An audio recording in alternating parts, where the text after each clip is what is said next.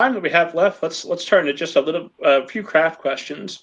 What does your average day look like? How much of your time are you spending actually writing, and how often do you read? And what do you read? I read all over the place, and so I don't know. I read so much.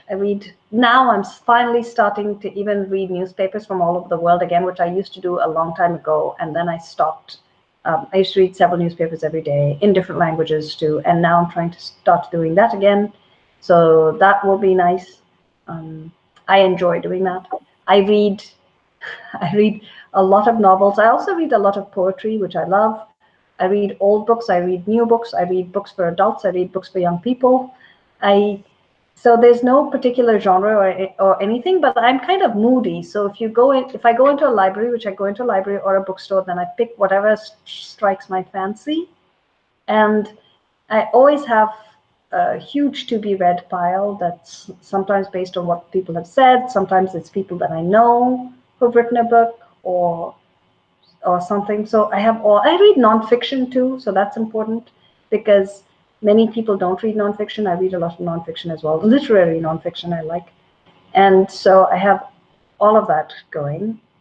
And that was your second question. And your first question was about my day. And for a very long time, when I had stepped back from my oceanography career, and I was, I still am, in another sense, a full-time mother or the parent at home who is the one that does most of the child responsibilities.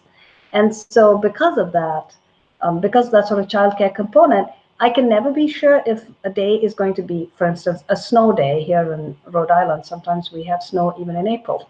And so unfortunately, we had that here in Indiana as well. Right. And so then I would be the one who would stay home. So I can never be certain.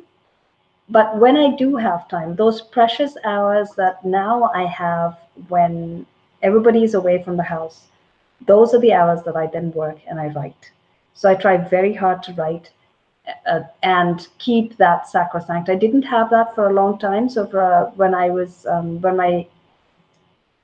sort of staying home with my child, with my daughter, then I ended up not having those times at all. So we would do so much together that it would give me very little time to write. When that happened, I would stay in touch with my characters mentally. So I would always connect with them. And I think the best advice I have for people who have very little time is to stay in your book and to let the book stay in you. Just in your heart and in your head as much as you can, even if you can't get it down on paper.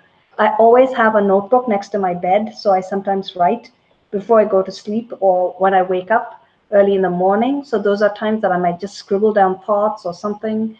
I take a book with me wherever I go. If it's on holiday somewhere, I still have a book with me that I can scribble in. So that's something that's important. And do you do most of your drafting by hand, or do you type? No, now I type. I mean, and even with my first book, I started typing, and I do type on the computer, and my books are on the computer. So I have that with me as well whenever I go. But I'm not a person who can as yet, I can't write notes on the cell phone. That just doesn't work for me. So that's what my notebook is for. But I think staying in touch with your characters as much as you can. And, my books take a long time, but that's okay. Because at the end of the day, I think family comes first. And if I didn't do these other things, then I would miss out on portions of my child's life, which I don't want to do. No, there isn't a book worth missing out on that.